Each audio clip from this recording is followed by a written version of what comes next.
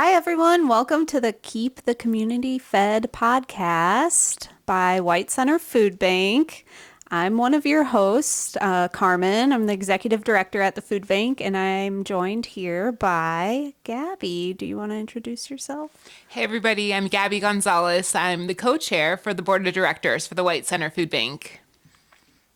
So, we're really excited to start the podcast. This is like our first episode, and you might be wondering why a food bank decided to do a podcast.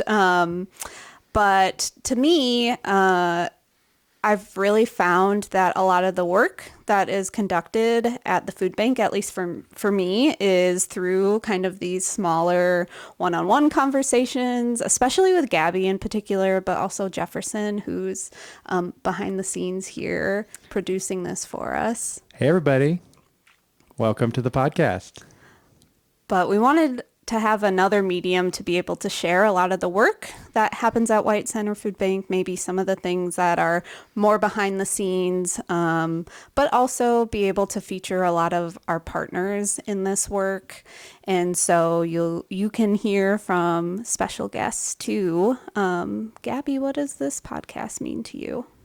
Yeah, I think you said it exactly right. You and I, both together and separately, spend a lot of times out in community really talking about White Center and the good work that's happening at the food bank and outside of the food bank. And I think that bringing it to a medium that more people can hear it and more people can contribute to the conversation is great. So hopefully folks know about White Center Food Bank, but if you don't, White Center Food Bank has been around since like the early to mid 1970s. It was started by community members during the Boeing bust, and they realized that a lot of their neighbors were kind of needing these emergency food services to help them get by as they were trying to find new jobs. It was created by, I think, a couple of churches in the area and started in a church basement, like a lot of other food banks in our region and our state, probably around the country too. And we've evolved so much since then, for sure. But, right now we just moved into this new building, which we're going to talk about. It's right on 16th, downtown White Center.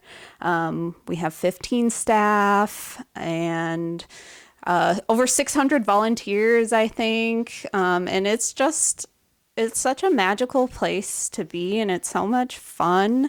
I definitely recommend either just folks listening to this, if you have a chance to pop by during the week or have a chance to volunteer and really see what White Center Food Bank is all about. Is there anything you want to add? Yeah, I used to say that the White Center Food Bank was like this little heart, like tucked out in the corner of like White Center, that like the best kept secret of White Center. But like now we're on like Main Street in downtown, which I think is really great. And I think that just generally speaking, the White Center community and the White Center Food Bank, we're known as kind of this like grungy corner of King County, but there is so much life in this area, and I feel so grateful and lucky to be invested in this community, not only personally but professionally. And so I'm really excited about our move and about like the work that we're digging into with the strategic plan and just generally speaking. And I'm really happy that with our new location, it's not only more convenient, but like more people get to know about us.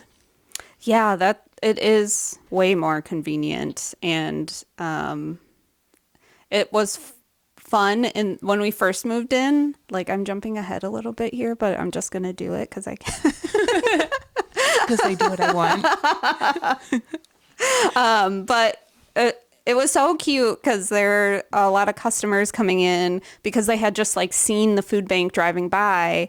And many of them were like, oh, yeah, I'm new. Because we ask folks, like, have you ever been here before if we don't recognize them? And a lot of them were like, yeah, I've never been here before. I'm new. And then come to find our intake staff were like, you've been here before, just at our old location. So I think that is just, just the power of position, like physical location, and being on the main strip where it's like really easy to find. Agreed.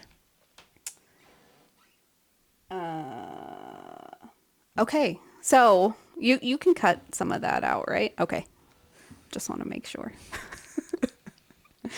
No cuts. Maybe that will make it, that end part, got to keep people laughing. Okay, so I think, what listeners can expect from this podcast is Gabbi and I just engaging in a lot of thoughtful conversation centered around food justice, around the food bank, of course, and also including a lot of different partners. They might be directly in this work as well, or they might not be directly in this work per se, but they're connected to the food bank in some way. And I think especially since, we are in the downtown core, it's a really great opportunity for us to highlight and feature some of the businesses that are around the food bank and that, of course, support the food bank. There's also a lot of cool things happening in White Center and downtown White Center. So we want this to also be a platform to kind of showcase those things as well. Is there anything else that I forgot? No, I mean, the reason we're here, right, is to kind of shout from the rooftops what's happening in our neighborhood and what's happening at the food bank, and really to highlight the great work that our partners are doing to uplift our community. So let's go. Yeah, let's go. I'm excited. And I do want to acknowledge, okay, so I mentioned Jefferson is our producer. He's also our development director, but obviously multi-talented individual with all these skills. So we're very lucky to be able to do this podcast because of him. And then, of course, Randy, who's our marketing and community engagement coordinator. He's filming this for us too. So another multifaceted, very talented individual. So these two are making this happen, and we're just the talking heads. Thank you, Randy. Thank you, Jefferson. Let's go. Our first podcast, we're here. Awesome. So kind of our little warm-up question is a question that really Jefferson was the first person that got asked this question, but this was back in fall of 2021. Was this in your interview? Yep. Oh, interesting. Yes. And so there was I think 9 staff at the time. We had some really big transitions that we were going through at that time. And by the grace of Gabbi and the board, had conducted the salary study, but also this consultant had mapped out a couple other positions to add to the organization.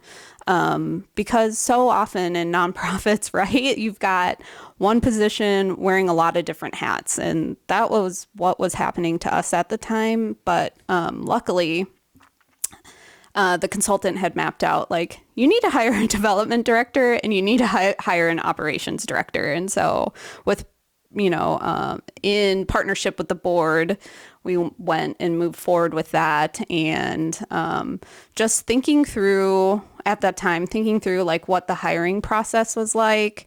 And this was such an opportunity to grow our team, and really just wanted to make sure that we had folks that were a really good organizational fit. And I started thinking about interview questions, and it was you do a Google search and you get all the basic ass ones, what are your strengths? What are your weaknesses? And it's that's what everybody studies for when they go on the job market, right?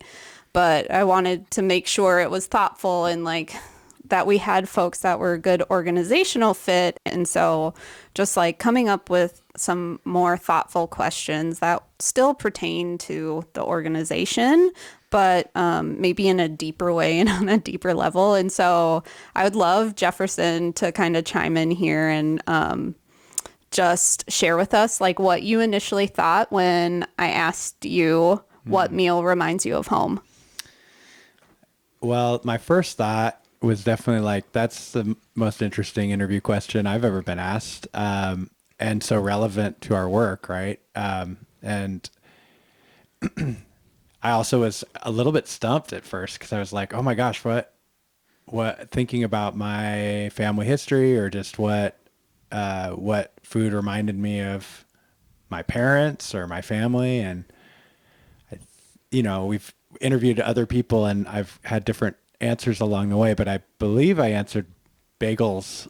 You did, because I remember that. Because my dad would get bagels every Sunday morning. It was kind of like a family tradition. And I have these fond memories of just, he would do it the whole platter with like the lox and the tomatoes and the onions and, obviously very privileged and lucky to have that in my life growing up. Such a kind of luxurious weekend meal, but it was definitely something that took me back and kind of centered me for the interview because I felt like, okay, we're talking about real stuff here. Yeah. And I love the question too, because it's,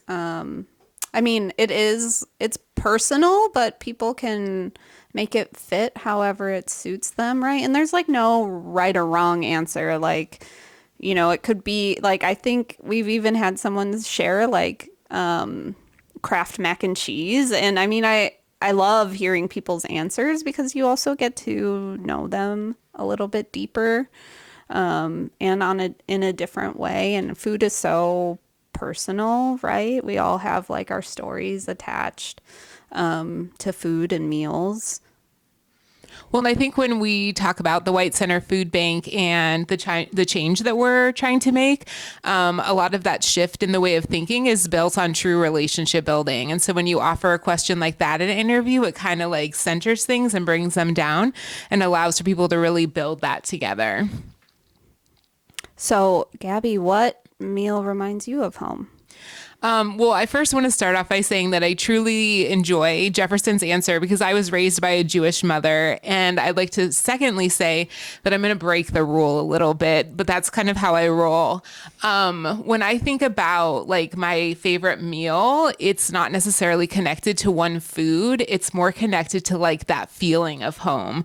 When I think about home, I think about my mother and I think about the different meals that she used to cook. And they weren't anything fancy. And also sometimes it was bagels and sometimes it was fried matzah. And then other times it was pasta or fried rice or other things like that. But I have a real connection to like mothers and home. I know that I've commented on your mom's cooking, making me feel like I'm at home. And I don't get those meals as much as I used to when I was younger. And so it's that like deep connection to like a mother's cooking that I think is actually what makes me feel like home. That's so sweet. I'm going to have to share that with her. And for folks that don't know, another reason why you need to come visit White Center Food Bank, particularly on a Friday, is my mom cooks family meal for all the staff and volunteers. And I do my best to save Gabby some, or if I'm seeing her soon, I'll bring her leftovers. But a lot of this work for me is very connected to my mom. I didn't, my answer for this question, I think has mostly stayed the same, but you did give me some things to think about, Gabby, which I really love. But it's a bowl of rice, like, and it's maybe not necessarily a meal, but like a particular food that reminds me of home because we always had rice growing up. And that is like, it's like a hug in a bowl for me. There were times where I remember like eating chicken adobo with rice, of course. But there are also times that I remember eating like sardines out of a can with a bowl of rice. And that has been like a steady constant for me. And, something that I really attribute a lot of my success to as a professional and on a personal level is like my mom just made sure that we always had something warm to eat. And, it wasn't, of course, until I was like going through my early 20s that I recognized what a privilege just having a warm meal is, and to being able to like stay in school and to study and like to achieve all these other things. And so me being at the food bank is really to pay that good fortune forward. And it's really special to me that I get to kind of share my mom's cooking with the team at the food bank as well. It's a privilege for all of us. For sure. Thank you. Randy, do you want to chime in with what meal reminds you of home? Well, I just remember being asked during my interview, and that was the first question, and it honestly like brought so much nostalgia, and I didn't feel like I was being interviewed. It was more like a casual conversation, and I really appreciate that. But I remember I said my grandma's curry and rice. Yeah. So I just think about like all my meals that my grandma made when my mom worked full time. So really appreciated that question when it was asked during the interview. So yeah. I'm glad to hear that. I'm getting hungry, y'all. I know, right? What is that called? A mukbang? Mukbang podcast. Yeah. Oh yeah, could we make one of those? Because those are the only videos I watch on Instagram. Are they? Well, not the only ones, but I must watch enough of them that they come up in my For You page. I'm sure the listeners want to listen to us just like eating. Maybe they do. Is ASMR? Yeah. Well, so I guess I kind of jumped into the next question or topic, but I want to ask the folks here, what does the food bank mean to you? Should I go first? Sure. Gosh. Well, living here in White Center, there's definitely a personal connection to my community, and I have a long history of working in food security, and it's something I'm very passionate about. But to be able to do it in my own neighborhood is something that's really unique for me.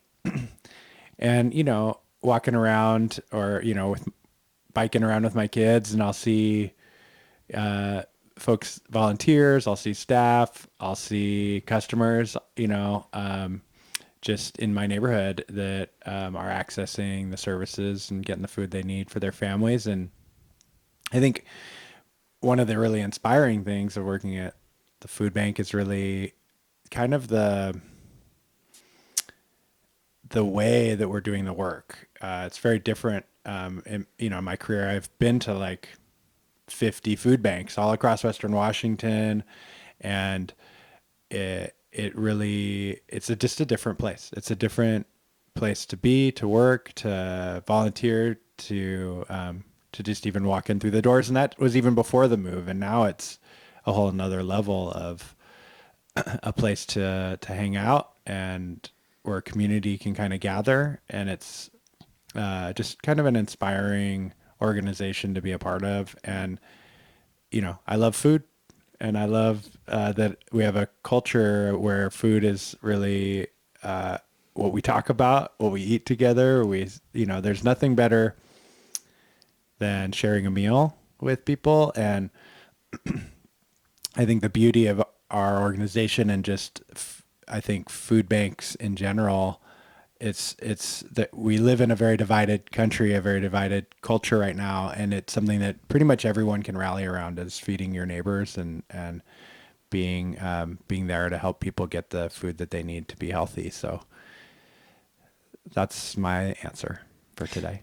Yeah, I think when I first got introduced to the food bank, like, it was a no-brainer, right? We're trying to feed the community, and that was something I definitely could get behind. But as my thinking evolved and changed and I grew, I have this like flow of social justice. It goes through my personal life and into my professional life and back again.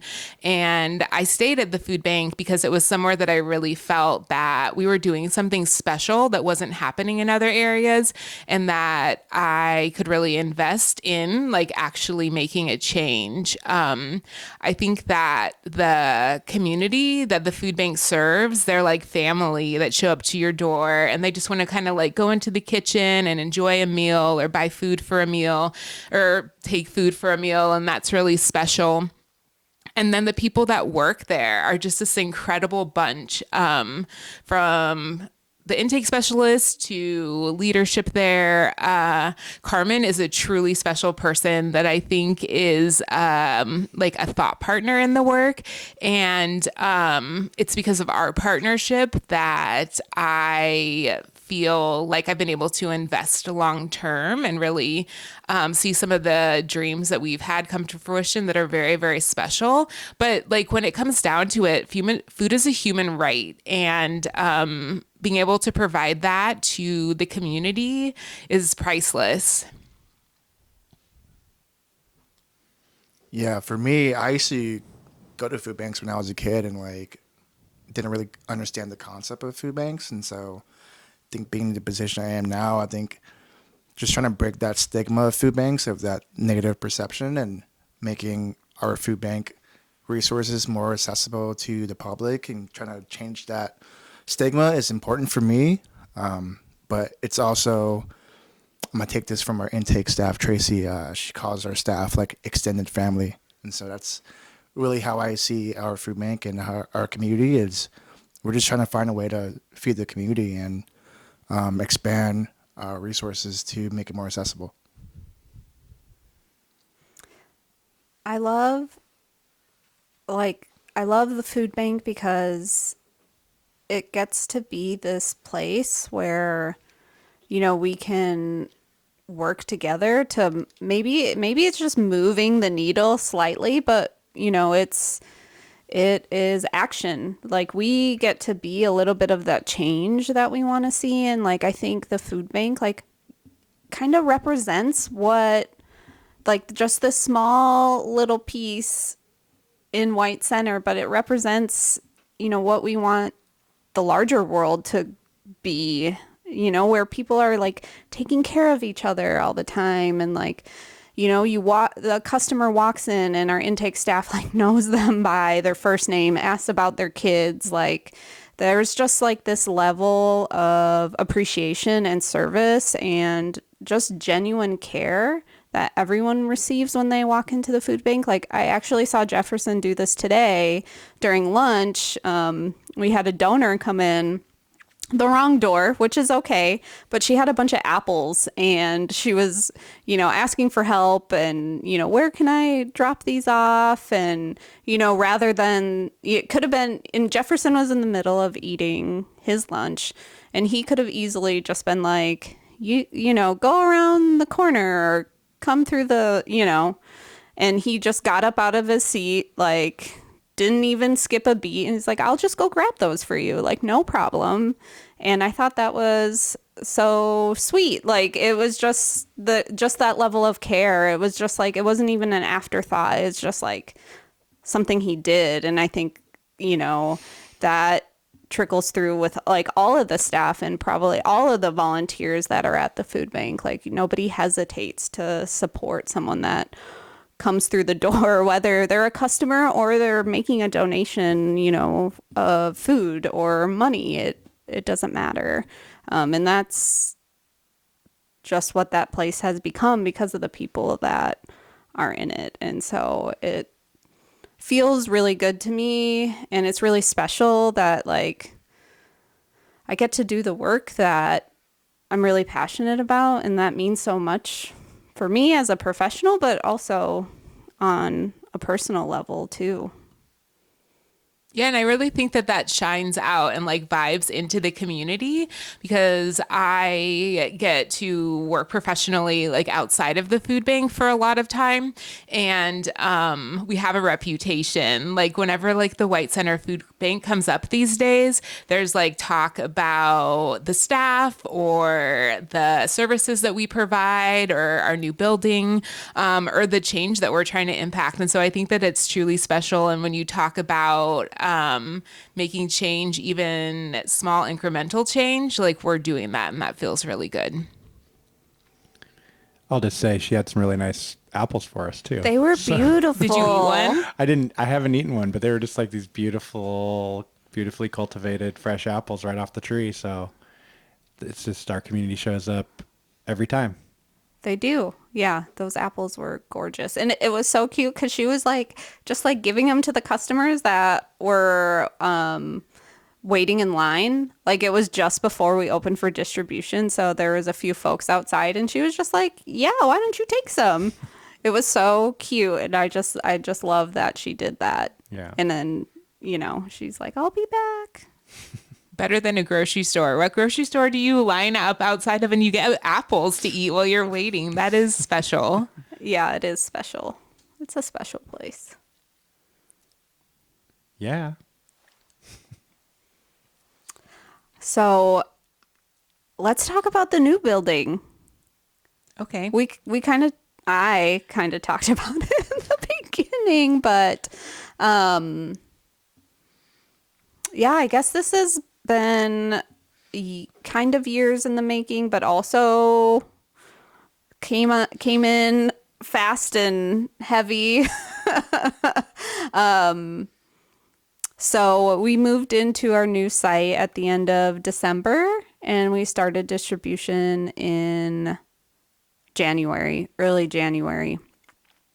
And we had to move because our old site over on 8th Avenue in 108th is being redeveloped by some community partners of ours for affordable housing and this nonprofit hub, like all good things that are happening to White Center. But it kind of left us in like this awkward pickle to try to figure out and navigate and quickly, which we did. And like right when Jefferson started back in 2021, we were like, we had just purchased the property. We were getting ready to launch this capital campaign. Like we're trying to figure all the things out. And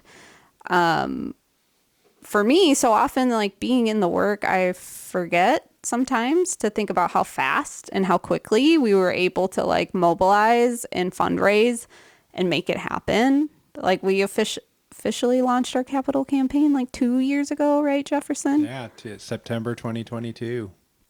Yeah, and here we are 2 years later, like 75% of our funds raised, like really trying to close that gap so we can focus on the future. We have a lot of exciting things coming through that we're getting ready for, but do you want to share like maybe a little bit of your thoughts with the new building, especially as a board member and like having to go through that process? Yeah, hearing you talk about it, I feel like it was really slow and then it was just like really fast. Yeah. We looked for a building for forever and weren't sure where we were going to be. And then we found our new space and something about it just felt like it was the right move. I think that going through the process was a big learning curve, but it was really interesting how we all rose to the challenge and just worked together and supported you and supported other folks just to make it happen. And I think just moving into this space and away at first was just like unreal. It's such a beautiful building and it has so much more space for the customers to really move around and more space for intake staff to have conversations with customers. and we have our whole big warehouse. And, it almost makes me like speechless. Like I am so proud of what we were able to accomplish. And so it just feels it feels really special. Yeah, it is really special. And,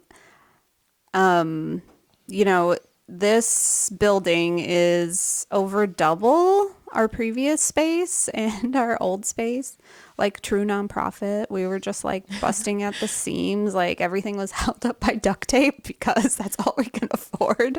But we had a bunch of shipping containers in the back for food storage. And, it just, as we've become busier and busier, especially after 2020, we've just seen our numbers, the number of families come through just increase year after year after year. And this year we're at like 40% increase over this time last year. So the new building couldn't have come at a better time, because you're totally right. Like we can just accommodate so much more volume because we have more space. And it just sets up also the customers for a better experience too when they come through. Because we can accommodate more volume, it means like people are able to shop with ease. They're able to go through a lot faster. They're not having to wait. We have a lobby now too, which, folks can come in from whatever the weather is doing outside in the Pacific Northwest. And it's just a better experience overall. And like the warehouse, I'm glad you mentioned it. I keep trying to think of like a little nickname for it, because it's like the unseen workhorse of the food bank. I mean, it's 4,500 square feet. And we have these beautiful new walk-ins where we can just store so much more food. One specific for produce, that was John, our operations manager. It was his, thought or dream a couple years ago. He had mentioned it like, hey, we should get a crisper for produce. We can keep it more humid and at a better temperature. And, so he kind of manifested that. Like he brought that to fruition. But it's really cool to like get to see it now happening in person. Like all of these things that we had talked about, we wanted in the building, or, was kind of on our wish list, we were able to make happen. And that's really attributed to just what a good team this is. And I think, also like people believe in this organization, the people that work here, and like it shows, right? Like when you walk in the new building, it shows that people believe in this place, that people believe in the community. And those are some of the things that like I've been thinking about with the new building. And sometimes I'm like, has it fully hit me that we're in this new space? Or it almost feels like this is where we should have always been, kind of, in a way. Like I always talk about it as like, this is what the community deserves, but it's what, the staff deserves too. It's what the volunteers deserve. Like people deserve to work in a nice, comfortable building to be able to do the good work of supporting their neighbors, right? It's hard to do when, you're worrying about pipes bursting or, this draft coming in, like thinking about climate control or just all of these things. And I love seeing like that staff get to have real offices, because at our last site, we had like... You didn't like cubicle land? I mean, those cubicles were just like real sus. Like you would sneeze and one of the walls would blow over. Like it's not like a conducive workspace, right? And so sometimes people just need a little bit of quiet time or privacy, or, if Jefferson's making donor calls, like he has his own office to do that now. He doesn't have to like save those for home or, or try to figure out a way to make them happen. when you're sharing walls with people or cubicle with someone or have an open office space. So that's just also what kind of works best for us, I think, as an organization. But do either of you have any thoughts you want to share about the new building? I mean, our old space was very collaborative, but I think our new space it's even more collaborative just because we have our own personal space, and so I think just being able to really to put the extra effort to really talk to the specific person you want to talk to, and I think it feels more livelier for sure, and being able to access different parts of the food bank all at once is definitely creates more of a live action like environment for the food bank. So that's what I really appreciate and love about it. Something I want to ask you, what when you were interviewing, because Randy started January 2023. So it was before the move, but you were like kind of in the middle of it. Like, I'm so curious, like what you thought at the time when you were interviewing, when you heard that, like, we're going to be moving, we have this capital campaign. Just curious, like, if you were scared, excited, all I'm of just gonna the things. expose my thoughts right now. I will say I was like, man, it's gonna be chaotic, like in a good way, like being able to be in the process of that progression of the food bank into a new space was like kind of incredible for me personally. And I I mean, as a kid growing up, I never thought about food banks being able to move to a different space. I mean, I always thought it would be like one particular spot you always go to, but just being able to see the food bank move into downtown White Center is it's kind of crazy. But yeah, I just knew it was gonna be chaotic, and it was, but in a beautiful way. And it's okay if it wasn't. Like, this is a safe space. Like, you can share your honest thoughts. I just remember moving the big freezer thing into off the U-Haul truck, but that was I missed that. Oh, I don't know where I was for that. yeah.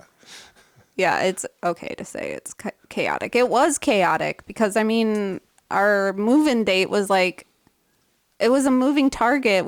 How many times did we have to shift our plans because the timeline got shifted? Yeah. Yeah, I mean, the new building for me as the, development and communications director, it's really powerful to be able to be in a place where we're seen, for a variety of reasons, for people to know that we exist. We're not tucked away somewhere.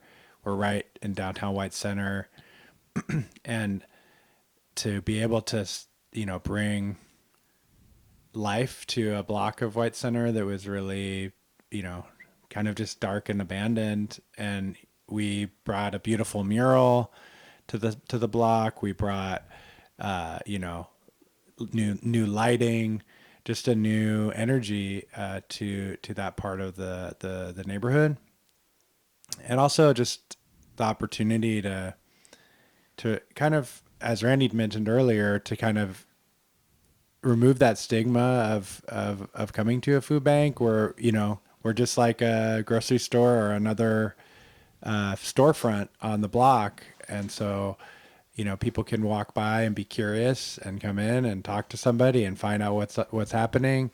And I think it's also just, we really focus on providing beautiful produce for our customers. And,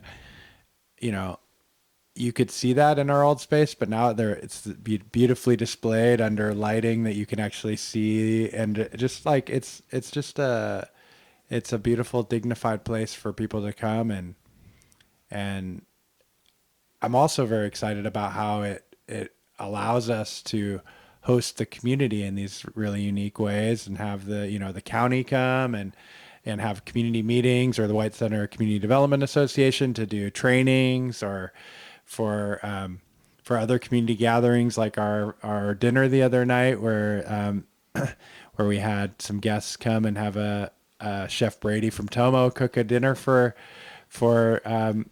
folks who won that at our last event last October. So It's just it's a very versatile space, and we own it. It's ours. Yeah. And so it's not, if we ever decide to move, it's because we choose to. We're not going to be displaced ever again. It provides a lot of equity for us as an organization. Just, price of land and spaces in Seattle is just skyrocketing. So it just gives us an opportunity, both fiscally and as an organization, to really be solid moving forward. One of the things that you mentioned really resonated with me around like it being a space that community is starting to gather. The old food bank space was always that as well. We would put tents outside in the garden and figure out ways to gather people, and having this indoor space where we did have like the King County meeting, and we've already had open houses, and we have board meetings that feel like dinners and other things that happen. And the grocery store is a place for people to move around, and they can stop and have conversation, and they don't just have to move through so quickly. I think that is something that's really great about the space, is that we're continuing to cultivate this feeling of community that runs through it, and we're just getting started, really. And so I'm excited to see what the next years will have with that. Yeah, me too. It's something that we've all talked about, is how we want to normalize just the use of food banks. And I think creating the space for everyone to use it, whether it's like, a county meeting or a board meeting, like the White Center Food Bank is truly a place for everyone. And no matter who you are, you're welcome to walk in the doors, because you could be coming in for food, or you could be showing up for a board meeting, or, coming to a county roads meeting or whatever. And so it's really cool that not only did we've talked about it, but now actually getting to see it happen is really special. And another thing that Jefferson touched upon, was this dinner that we had the other night, that some folks had won at our last event, or I don't really want to call it a gala. It's not really a gala. It's a gathering. It's a gathering. Yes. I thought of you when I was saying that. Our last gathering, our fall event fundraiser. So last year was kind of our first one since 2019, but we did this at the White Center Eagles, which is such a fun place. We love them. We do love them. They have the cheapest drinks in town.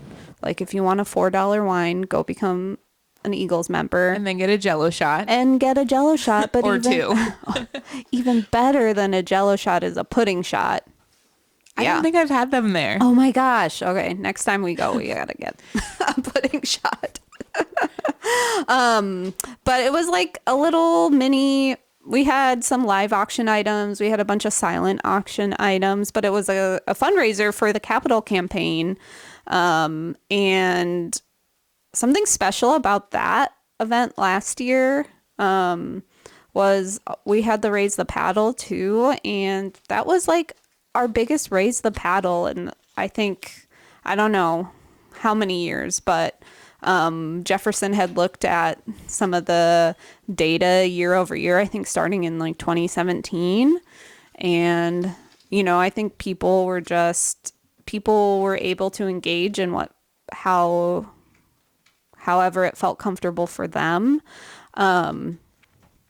So one of the live auction items was this dinner for 6, cooked by Chef Brady from Tomo, at the food bank. So like you got to dine in the food bank, and we hosted this the other night, and it was so much fun. And I'm going to give a little teaser. I think it's okay. But Chef Brady agreed to do it again for this year's event. So no way. Yes, I know. Yep. We might have to like collectively, that's 6.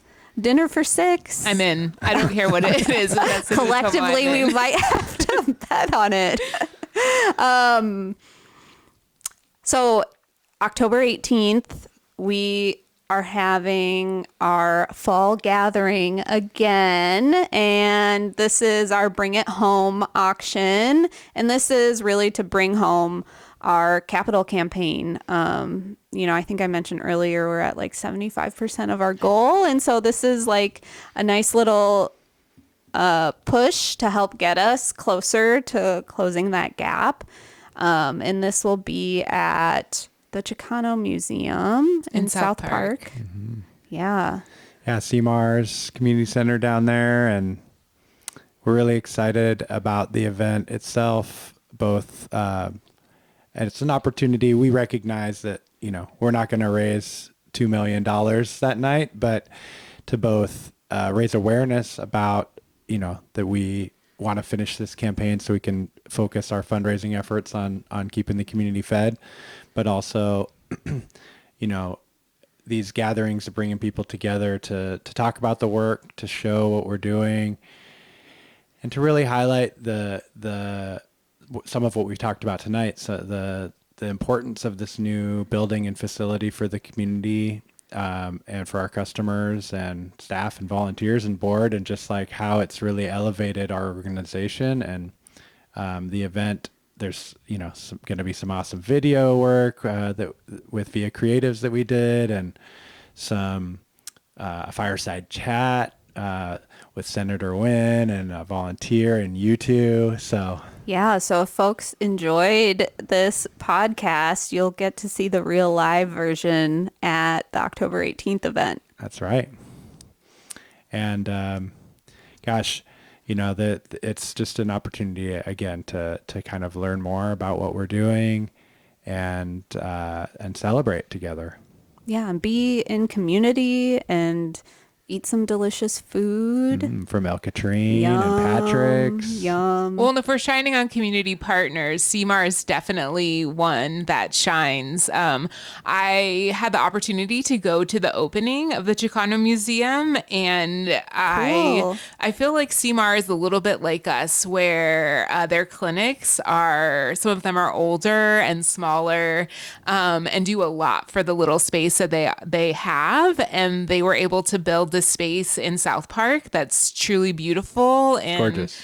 The Chicano Museum is a really special thing within that space, because there's such a large Latino community, and me, a Latina, really enjoyed looking through the histories on those walls, and walking into there. It kind of feels like I kind of got the same feeling walking in there the first time that I did walking into the food bank. It's just this space that's so well deserved by that partner. So I'm really excited that we're able to be there on the 18th and kind of tie in these two communities, and also for this very important work. Yeah, it just really aligned for us, because the food bank, White Center Food Bank, has pantries that we've set up at some of the CMAR locations. The first one was the White Center CMAR, and then we expanded to one of the South Park clinics, and then Burien, and then more recently, actually above the Chicano Museum, they have another clinic. And so our operations director is working to set up a little pantry there, and I think they focus on teens mostly there. So because of our partnership with CMAR, it being so close to us as well, it just kind of all aligned. And so really excited to be able to have an event kind of like right in our neighborhood, in the heart of, South Park, which is pretty special. And then plus all of these connections that we have to that community, to CMAR. It should be a pretty special event. I'm really looking forward to it. Me too. And raising a bunch of money for our organization. That's right. And Getting to 100%. That's right. That's right.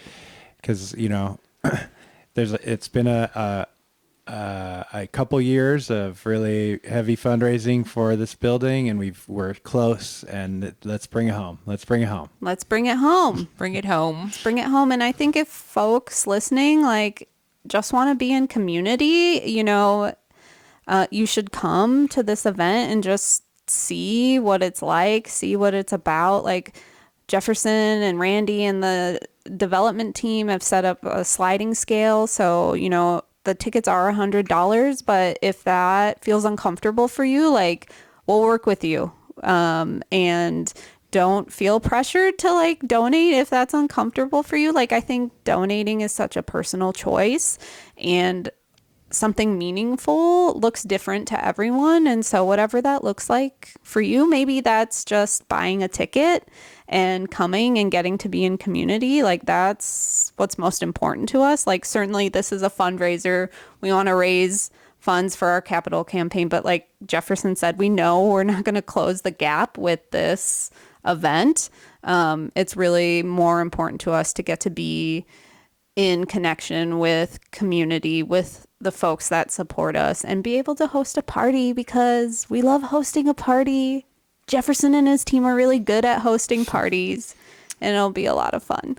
Yeah, Robert Fuentes, our event coordinator, has got some cool stuff cooking, and we got some great music. Marina Albero Quartet is going to be playing. So, man, it's going to be a really, really fun evening. Beautiful food, beautiful people. So come on down. Yeah, some fun live auction items, maybe a couple silent auction items. Indeed. Ooh. Alaska Airlines tickets. Yep. So tickets are available on our website.